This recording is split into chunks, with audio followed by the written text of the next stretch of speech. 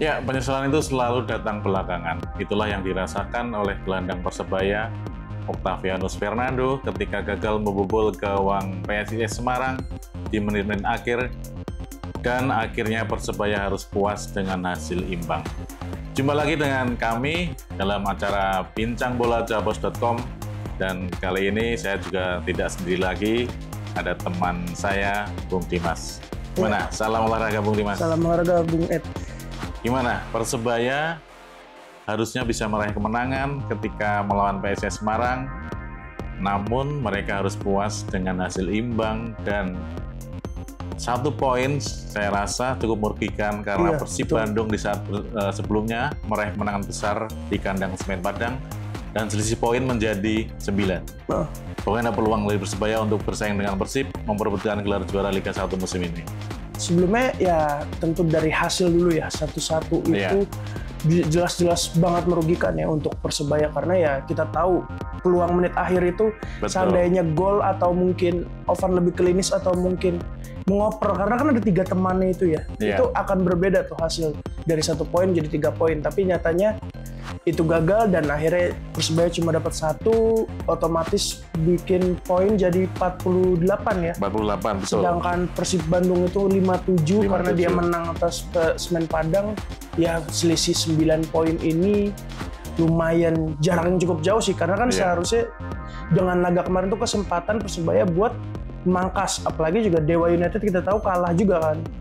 Jadi seharusnya bisa naik ke posisi 2, tapi ternyata malah hasil sebaliknya, jadi ya benar-benar merugikan banget sih. Dan terkait peluang juara, kalau kita ngeliat dengan sisa 7 laga, selisih 9 poin, agak berat kayaknya. Agak berat ya? Berat sih mungkin. Tapi gini ya Bung Dim, sebenarnya sih ketika melihat apa yang dilakukan Persebaya ketika mereka sebelumnya 2 kali menang ya, setelah sempat kalah, mereka menang lawan PSBS Biak, kemudian menang di kandang menang lawan Persib Bandung Persib Bandung 4-1. Dengan 4-1. Motivasi mereka akan otomatis meningkat ya. Mereka yakin bisa mengalahkan PSIS pada pekan ke-27 kemarin. Apalagi mereka bermain di kandang sendiri ya, di Gelora Bung Tomo. Mereka unggul lewat gol Francisco Rivera, dan ini adalah menjadi bintang baru ya bagi Persebaya karena menjadi top skor bagi Persebaya. Namun kenyataannya ya kita lihat bagaimana ketika mereka harus puas dengan hasil imbang 1 poin,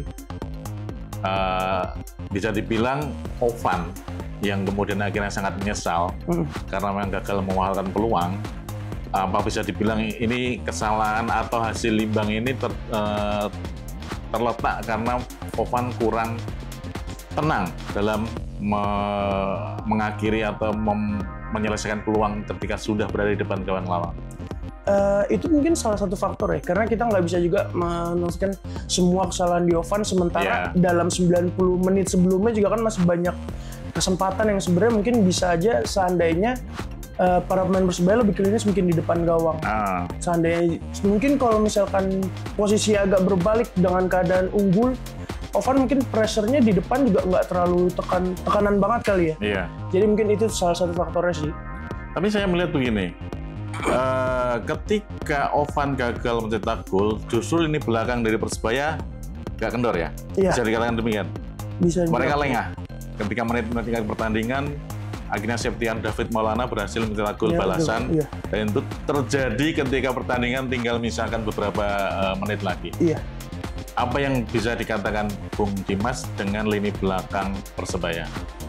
Lini belakang Persebaya itu berarti kalau kita lihat kemarin berarti memang masih ada celah yang ya terutama fokus kali ya di menit-menit akhir, karena kita tahu ketika lagi unggul semestinya dengan pemain seandainya semua fokus dan terjaga konsentrasinya, mungkin keunggulan 1-0 akan tetap, bahkan mungkin lebih dengan adanya Ovan itu.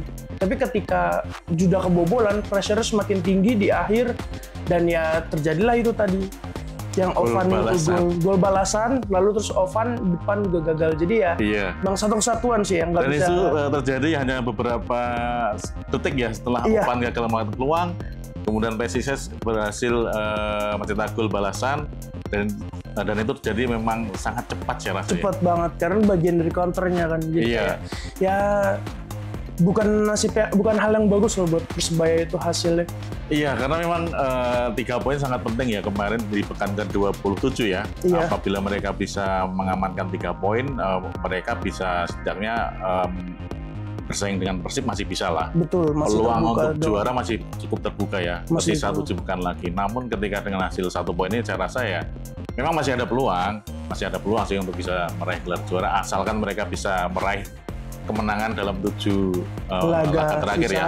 Mereka selalu meraih kemenangan sementara harapannya ya Persib bisa terpleset dalam tidaknya 3 pertandingan kan. Betul. Namun ya terlalu berharap pada tim lain saya rasa memang kurang bagus ya, karena tentunya harus berharap pada diri sendiri bagaimana mereka bisa meraih kemenangan itu. Dan saya melihatnya begini Bung Dimas, dalam 2 kali 45 menit Persebaya sebenarnya sudah menguasai pertandingan ya ketika melawan PSIS. Mereka mampu mencetak gol pertama, kemudian mereka juga memiliki sejumlah peluang untuk menambah gol. Namun peluang-peluang tersebut tidak membuahkan hasil saya rasa. Lini depan dari Persebaya ini yang menjadi PR, menjadi yang bisa dikatakan ini adalah kendala di musim ini karena mereka kurang tajam. Iya. Flavio Silva yang diharapkan menjadi goal getter baru mencetak 6 gol. Kemudian justru lini tengah yang cukup tajam ya. Rivera sudah mencetak 7 gol. Nah, ini sebenarnya kendala untuk di lini depan ini apa sih, Bung Tim? Ketika mereka berharap banyak pada lini depan, justru lini tengah mereka yang menjadi sumber gol. Nah, apakah ini memang strategi dari Paul Monster atau memang ya Paul Monster belum menemukan penyerang ideal di depan gitu? Kayaknya mungkin jawaban yang kedua itu ya, belum menemukan ideal di depan. Karena ya kita tahu sebenarnya dari putaran pertama juga gelandang-gelandang semua kan, dan striker hanya mengandalkan mungkin si Flavio Silva, sisanya gelandang dari Rivera, winger, terus ada Bruno Moreira ya, Bruno Moreira tuh winger, jadi sang kapten. Jadi ya mungkin, nah terus di putaran kedua Persebaya mendatangkan si Dejan Tumbas, tapi sayangnya juga sampai sejauh ini 10 pertandingan dia mungkin masih agak kurang ya, mungkin adaptasi atau apa masih belum terlalu tajam. Dan juga Paul Monster sempat beberapa kali mengganti posisinya si Tumbas ya, bukan cuma striker, dia sempat di gelandang serang maupun sayap, tapi ya mungkin memang masih belum dapat racikan terbaiknya itu kayaknya. Ya, saya melihat awalnya Dejan Tumbas ini dibeli atau digait Persebaya itu karena untuk menutup kurang tajamnya lini depan dari Persebaya kan. Betul. Bisa dikatakan untuk melapis dari Flavio Silva ketika Flavio Silva tidak dalam peak performa terbaik. Namun kenyataannya memang justru Dejan Tumbas belum bisa mencetak gol ya? Belum. Sama sekali belum ya? Belum. 1 assist kontribusi. Baru 1 assist ya? Nah ini yang sedikit menjadi pertanyaan. Sebenarnya ketika mendatangkan Dejan Tumbas kan untuk mencoba lebih tajam ya di lini depan. Namun ada sebuah eksperimen yang dilakukan oleh Paul Monster berusaha menempatkan Dejan Tumbas sebagai gelandang. Bisa dibilang menjadi pelayan dari striker ya. Memang cukup efektif ya. Iya, betul. Namun lagi-lagi kendala dari di sektor lini depan. Nah, di pertandingan berikutnya di sisa 7 laga musim ini, apakah dengan skema permainan yang dilakukan Paul Monster sekarang ini, apakah masih relevan untuk bisa mendapatkan hasil maksimal? Ketika kita melihat bagaimana melawan PSIS Semarang, seharusnya mereka bisa mencetak banyak gol ya, paling enggak ya lebih dari 2 ya. Tapi mereka hanya bisa mendapatkan poin 1 karena memang lengah di menit-menit akhir. Seperti apa ketika skema permainan yang seperti ini masih dipertahankan di 7 laga sisa nanti?